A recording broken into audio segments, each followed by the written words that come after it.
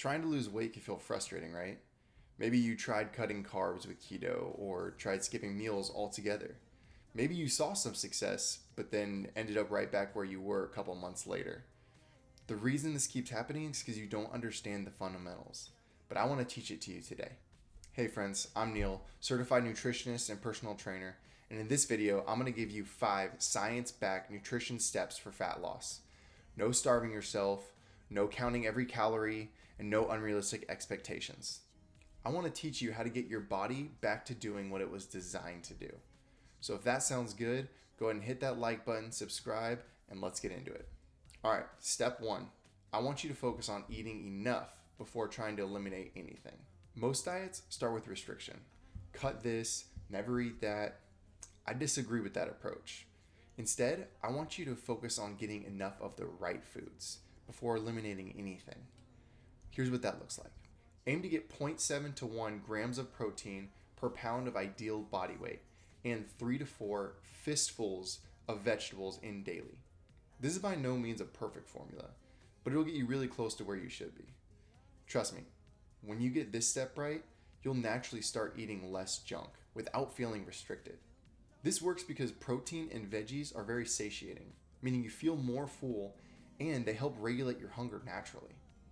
In addition to this brings you to a mindset shift of feeling deprived to one of abundance, which is shown to improve overall mood and adherence to dieting. Hey, if this is making sense to you and you're serious about fat loss, I implore you, check out my one-on-one coaching program. I will personally dial in your nutrition, workouts, and habits for real lasting results. Now, I can only take 3 new clients per month, so don't wait. Click the link in the description below to apply today. Now let's move on to step 2. All right, step 2 is kind of like a two-parter. Hydrate and replace liquid calories. Drinking water isn't just good for your health. It actively supports fat loss in a couple ways. It also boosts metabolism and supports digestion and recovery. And here's the real kicker. Liquid calories sneak up fast. A daily soda, a fruit smoothie, or a sugar-filled coffee can add hundreds of calories to your week.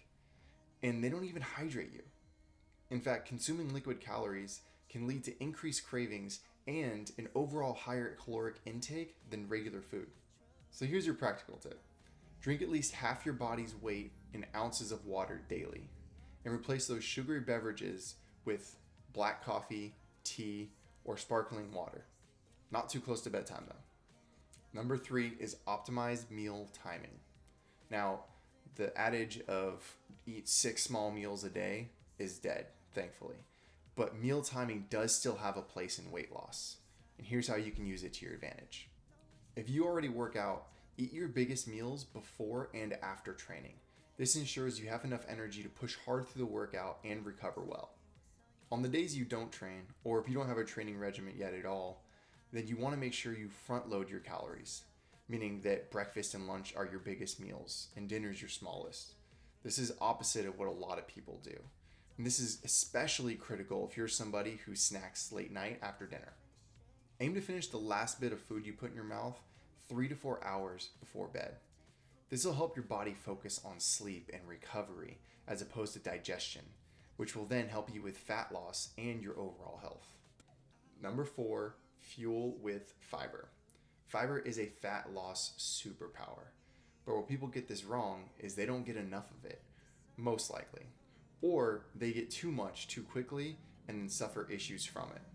Here's why fiber matters. It keeps you fuller longer, helps regulate your blood sugar so you avoid the crash and the cravings, and it feeds your gut bacteria, which supports digestion and your metabolism. Now, like I said, most people don't get enough.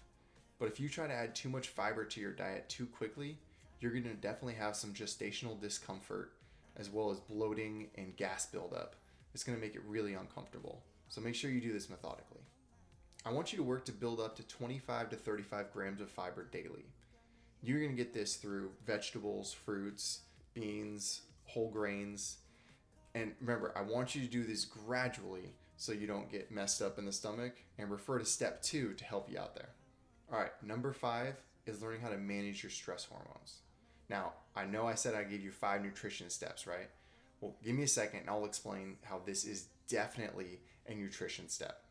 You see, even if you do all the other steps right and your diet is on point, stress from work, family obligations, or lack of sleep can block fat loss. This is because stress raises cortisol, which in turn increases cravings for high-calorie foods.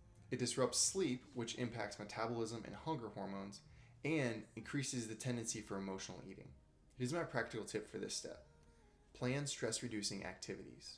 Go for a walk. Spend some time on the couch with family. Pray. Do some deep breathing. And then next, get 7 to 9 hours of sleep a night. This is absolutely critical. All right, my fit friends. There's your 5. If you found this video helpful, please let me know by hitting like, subscribe, and comment down below which one you need to focus on most. Thanks for watching, and I'll see y'all in the next video.